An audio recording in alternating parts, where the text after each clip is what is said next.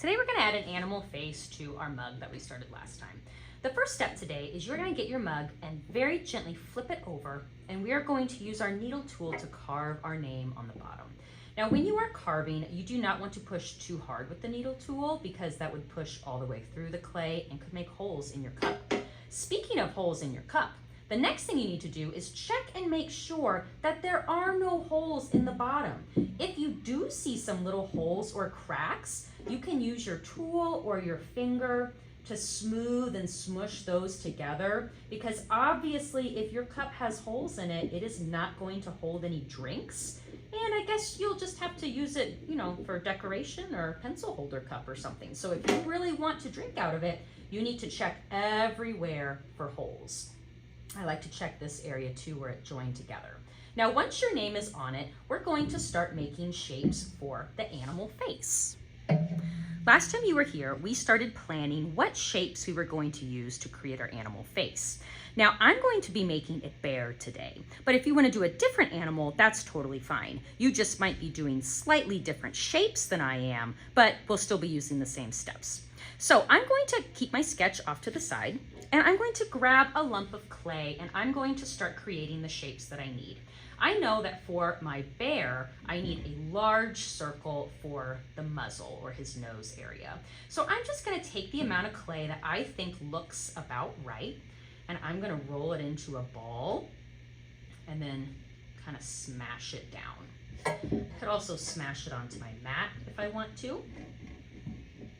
And if I want to make it a slightly different size, if it's too big or if it just doesn't look right, I can use my needle tool, just like last time, to cut my shapes out. Now, once you have the shape cut out, it is very important today to remember to slip and score. If you don't slip and score, all of your pieces are going to fall off. So to slip and score means I take my needle tool, and wherever I want this area to go on my cup, I'm going to scratch that area on my mug. So I'm going to do kind of some crisscross lines, making sure that they're not going to be seen on the outside of my shape. So I don't want to scratch up an area that's too big. I want this all to be hidden when I put my shape on. Now I'm going to scratch the back of my shape. I'm going to make a little puddle of water on my mat, being careful not to get too much on my project. And then I'm going to tap that water with one finger onto both of the scored sides of my shape. And then very gently, I'm going to wiggle that shape into place. And I'm gently smoothing it and making sure there are no cracks as I'm working so that my project looks good. Now I'm going to move on to eyes and nose. I've rolled 2 balls for eyes, another ball for the nose that I'm going to slightly squish into more of a triangle shape. It looked good as a circle, but I think I like the triangle nose even better. And then I cut 2 ears out of a flattened slab of clay. Now, same with the muzzle. I have to score the areas where I want to stick these on. Score the back of my shape, tap a little water on, and then gently kind of wiggle and press them down. I'm going to continue this step with my other eye and my nose. Now the ears are slightly different because they are going to be slipped and scored on the top edge of our mug, but otherwise it's the same process. We are just going to lift our shape. We are going to figure out where they go and then score that area on the top edge of the mug. Score the bottom of your ear and then add the water. So it's the same step for all the pieces. You just have to make sure that you stick them in the place that you want them to go.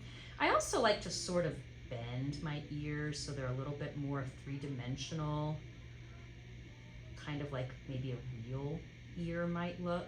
So that's up to you. If you want to work with your shapes a little bit more, that always makes them look just a little bit better. Same thing with your tools.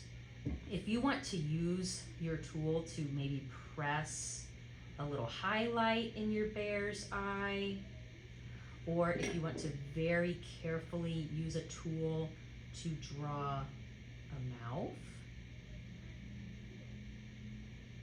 just be careful as you scratch the surface. And if you do mess up on your details, you could always smooth them out gently with your finger and then try again. I'm going to keep adding details and my other shapes until my mug, or my animal face, is complete. If you have time today, you might even be able to add a handle to your mug. So to make a handle, I take a large hunk of clay in my hand and I squeeze it into a hot dog shape. The next step is we are going to be rolling a coil. So I'm going to set my cup in a safe area because I'm going to use my hand to roll this clay out into a coil that is about as thick as my finger. Don't make it too skinny or your handle will not be very strong.